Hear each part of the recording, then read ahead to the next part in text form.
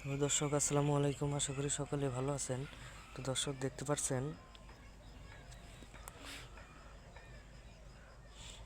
দেখতে পাচ্ছেন আমরা কিভাবে ফুলকপিগুলো চাষ করে থাকি। তো বন্ধুরা, আপনারা চাইলেও কিন্তু এই ফুলকপিগুলো খুব সহজেই চাষ করতে পারবেন এবং এই ফুলকপিগুলো চাষ করে কিন্তু আপনারাও ভালো ধরনের টাকা ইনকাম করতে পারবেন। তো বন্ধুরা, এই যে দেখতে পাচ্ছেন ফুলকপিগুলো চাষ করেছি। তো বন্ধুরা, এইগুলো কিন্তু চাষ করলে অনেক টাকা ইনকাম করা যায়।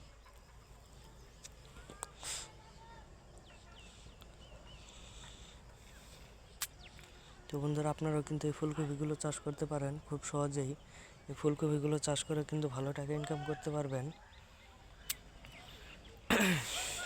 এই ফুলকপিগুলো সুন্দর করে হাল চাষ করে নেবেন। হাল চাষ করার পরে আপনারা এই ফুলকপির চারাগুলো বাজার থেকে কিনে আনবেন। বাজার থেকে কিনে আনার পরে সেইগুলো চারাগুলো সুন্দর করে বিকেল টাইমে বসে বসে আপনারা এইগুলো রোপণ করে দিবেন।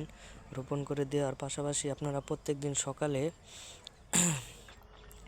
এই গাছের গোড়ায় পানি দিবেন, যাতে গাছগুলো খুবই তরতাজা থাকে।